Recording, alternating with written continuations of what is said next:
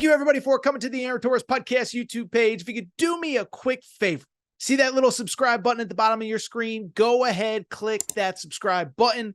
Really does help our channel grow, our audience grow, and I really do appreciate it more than you know. So click that subscribe button. Appreciate your support. Now, here's the video that you came here for. Jaxson Robinson, okay? So Jaxson Robinson, this is the one. I think I've talked, I think I've talked more about Jaxson Robinson in the last 6 weeks than maybe Jaxson Robinson's own family has, though, okay? 6'5", guard, played at BYU, was the Big 12 sixth man of the year, 14 points per game, enters the NBA draft. And listen, he goes through the whole process. I don't blame him one bit, takes his time, goes through the process. And when he came out, it was interesting because, well, really a couple of things. Is one, I know that I had said that, I thought BYU thought that it had a chance, but probably over the final 24 hours before the deadline, I think even BYU knew, hey, this kid is going to follow Mark Pope to Kentucky, and he's going to withdraw from the NBA draft. That's also what made the NBA draft deadline so darn interesting, and let me tell you why.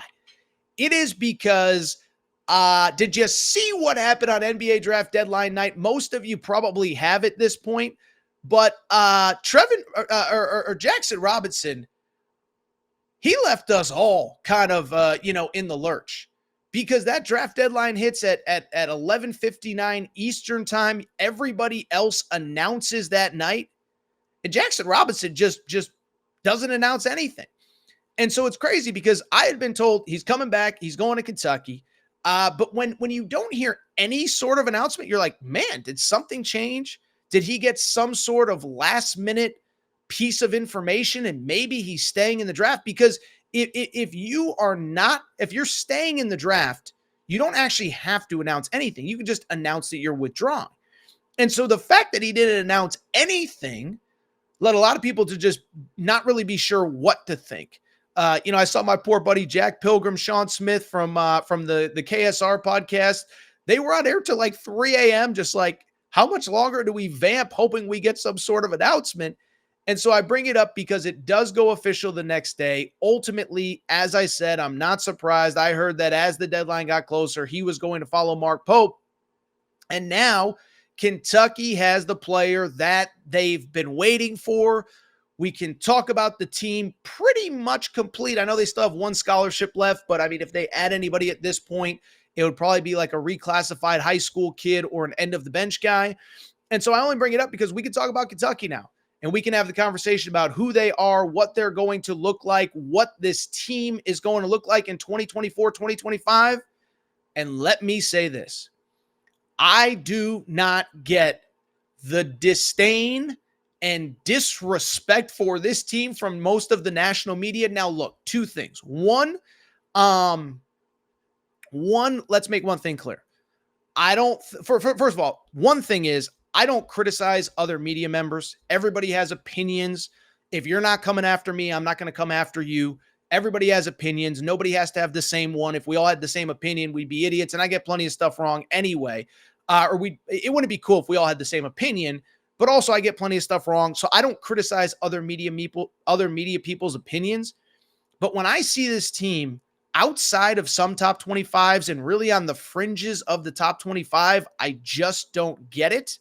I don't think they're number one. I don't think they're a national championship contender. But as I said, I have them at number 14 in the country going into next year. And I believe that with the right breaks, with the right whatever, that is a team that can compete for an SEC title. Now, I'm not saying they are going to win the SEC. Alabama is my favorite. They're my number one team in the country. Auburn's going to be good. Arkansas is going to be good. Florida's going to be good. Tennessee is going to be good. Ole Miss is going to be good. On and on and on. But when I look at this roster, sometimes it feels like I'm taking crazy pills because I'm trying to figure out, like, what exactly am I missing with this team? First off, in terms of Jaxson Robinson's importance, I do think it is probably the most important piece they've added this offseason. Now, I don't think he's like an SEC player of the year type talent, but in Mark Pope's system, he's proven at the high major level that you can go ahead and get points and get buckets in that system. 14 points per game, 36% three-point shooting. And I think what's important to note, He did it in the Big 12. So if everybody's like, well, he played in the SEC already and he struggled. Different team, different system, different circumstances. You can score 14 a night in the Big 12. You can score 15 or 16 a night in the SEC. So he's a really good player. He is now coming to a system where he has thrived. And let's just call a spade a spade.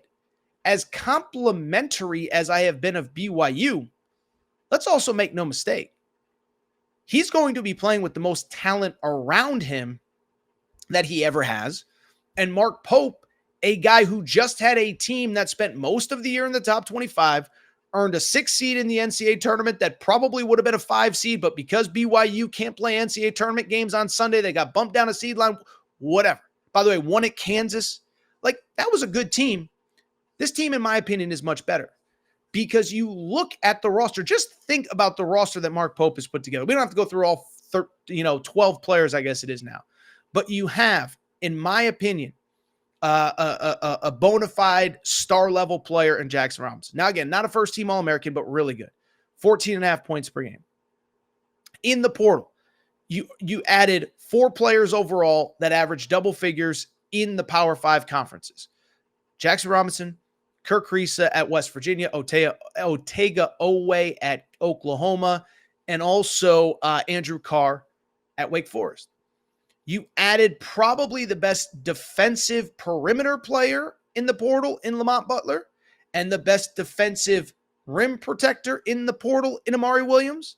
You added probably the best three-point shooter, certainly statistically in the portal, in Kobe Brea. And then your first 2 or 3 guys off the bench are going to be guys that are proven commodities in college basketball. Kirk Risa is probably going to be the backup, in my opinion. That's a guy that led Arizona to a Pac-12 championship, okay? Brandon Garrison is going to be your starting center. Brandon Garrison was McDonald's All-American, and Otega Owe is a guy with plenty of experience in the Power Conference. And so when I look at this team, listen, they're not perfect. I got them at number 14 overall. I'm not going to sit here and claim that it's the best team that I've ever seen built in the history of college basketball. But when I sit here and look at them and say, like, people got them ranked in the top whatever, not even in the top 25. I just don't see it. Tell me what they don't have. They have a chance to be elite defensively. They have, I believe, probably 4 or 5 guys that can get you double figures on any given night. But here's the crazy part.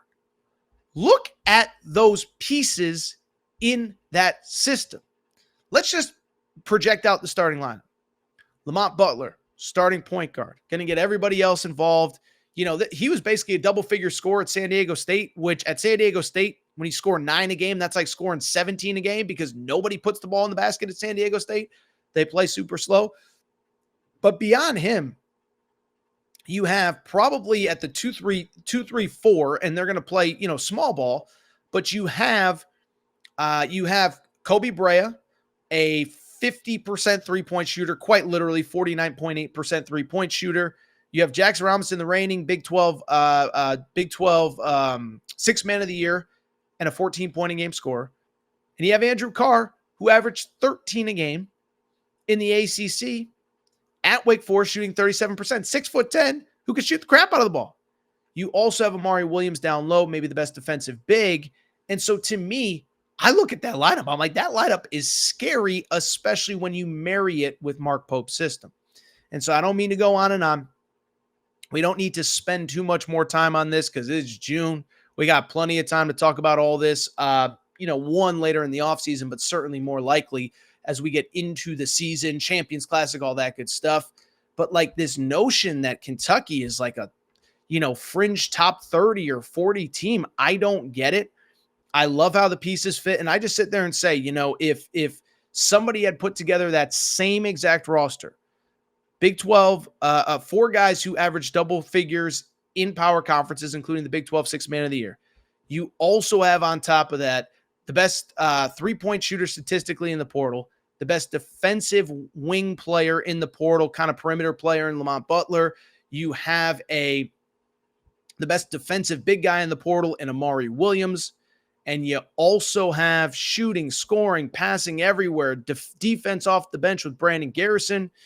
I really like this Kentucky team. We'll see, by the way, if they add one more piece, but I do like Kentucky and what the roster that Mark Pope has put together this year.